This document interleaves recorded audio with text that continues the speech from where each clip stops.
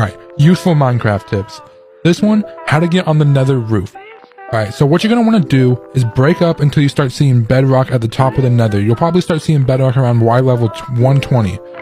Once you see that, you want to keep breaking around the area you're in until you find one that is at Y level 127. Once you find that block, grab some ladders and build up to it. All you need is ladders and an ender pearl. Climb up the ladder, aim just above the last rung of the ladder, throw your ender pearl, and there you go. You're on top of the roof of the Nether. Now, remember the cords of the place you were just at, because you need them if you want to break a hole in the roof of the Nether later. Like and follow for more, guys. Useful Minecraft tips part 2, how to get on top of the Nether roof. Take a piece of obsidian and place it next to a piece of bedrock that is only 1 thick. Then take a piston and put it on top of that piece of bedrock. Place a redstone block next to the piston, place 2 placeholder blocks, and then place a trapdoor on the piston and get yourself under it. Then place a piece of TNT, and then spam a piston at the corner of the piece of obsidian. Now, it may take a few tries, but when you do it right, the piston will then get placed and it will be facing upwards and there will be a hole underneath it. So as you can see here, I placed the TNT, I'm spamming the piston as fast as I can. It gets placed, and when I look down, there it is, facing upwards, and this is exactly what you want, guys. Now when I break that piston, there's the hole right underneath it, and now you can get down to the Nether from the Nether roof, guys. Like and follow for more. Most efficient way to fly in Minecraft.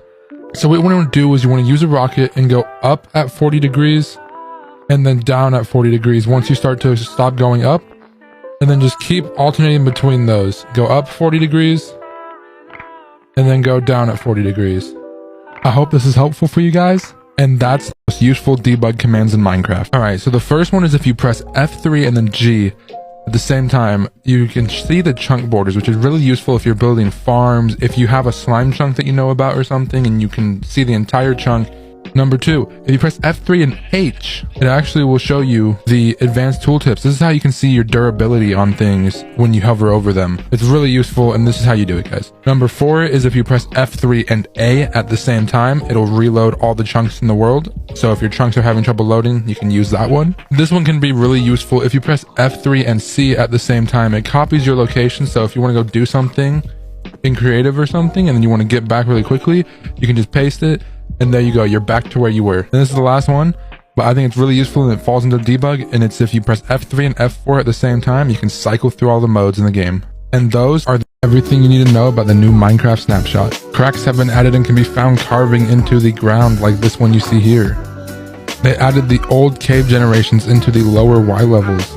They renamed Grimstone to Deep Slate, which also has a different texture now. The top was changed to be different from the sides. And also, Tough has replaced Andesite at generating below Y level 0 down in these kinds of caves.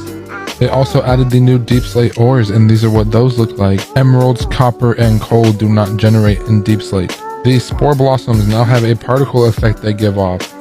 And when you have lots of them, it actually looks pretty cool.